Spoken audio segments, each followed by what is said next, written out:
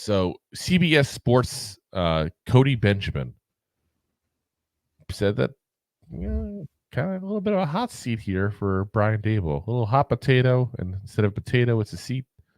Yeah. And I mean, that's not that crazy at a left field there, as much as it sounds crazy, because here's a guy who was literally Coach of the year in 22, took a team that nobody expected, and all of a sudden goes to the playoffs, win a playoff game, and then last year we all know what happened.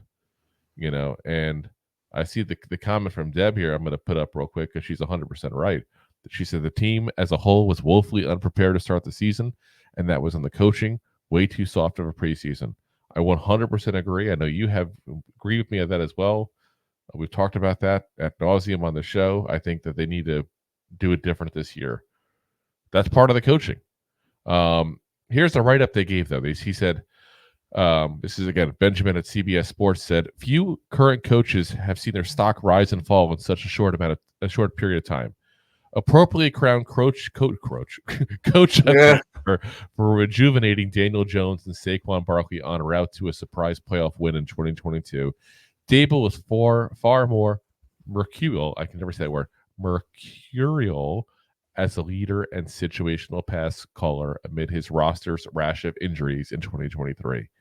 After exiling strong-willed defensive coordinator Wink Martindale, he'll be charged with reviving Jones once more and securing commitment from a club that hasn't kept a coach for more than 2 years since Tom Coughlin. So, yeah, I think the first thing is I don't think that he's really on the hot seat too much, because I think the Giants want to have some continuity. Right or wrong, they want continuity. I mean, they've hired 3 coaches now that have made it for 2 seasons. That's not good. They're doing great. Yeah, like that's really not good at all. So, yeah. They want somebody to last more than 2 seasons. Plus, obviously, Joe Shane has a good rapport and relationship with Brian Daboll. I do think that Daboll understands he needs to change, though. And a lot of what you hear in him in this offseason is he's actually a lot softer spoken. He's not as angry and yelling at the players and coaches. Now, the players clearly had no issue with him. They fought hard for him all year long. But the coaches, it was clearly an issue. And I think he probably is going to change a little bit. I think he's going to have – I'm going to use an analogy that I'm afraid is going to give too high of a expectation this year. But it's like – and Strahan was the one who really talked about this a lot. In 2007, we talked about the helmet catch, obviously, before that same season. Tom Coughlin came in a different Tom Coughlin. Yeah. And I'm not suggesting that, again, I'm not suggesting the Giants are going to win the Super Bowl and blah, blah, blah. So you say we'll go to the Super Bowl. We still don't have Eli. We still don't have Strahan or OC or any of those guys. But, when it boils down to it is the players started listening and started seeing him as a person. And I'm wondering if that's what he needs with his coaches now.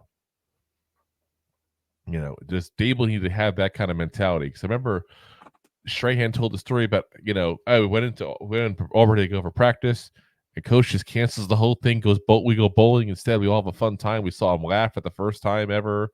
Like, they saw him in a different way. They saw him as a human. And I think Daboll recognizes that how he treated coaches in the past is an issue. And I wasn't there, so I'm not saying it's a major issue.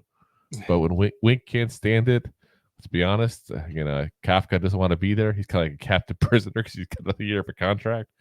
But, there was issues. And it wasn't just those two. If you listen to reports, it wasn't just those two.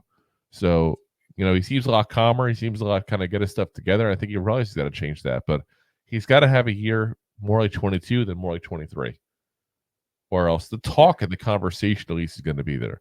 I really think unless it becomes a meltdown, like he loses the team kind of scenario, or he does a horrible press conference like Joe Judge did, that kind of thing. Like, I don't think there's a chance he leaves without one of those two things happening. I still think it's probably an 85% chance he returns because the Giants are just so desperate for some continuity. And they've seen him do it. So it's not like they can't do it. They've seen it.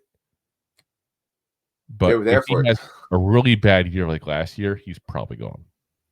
Yeah. Probably. Thanks for listening to Two Giant Goofballs, a New York Giants podcast. We appreciate your support. Thanks so much.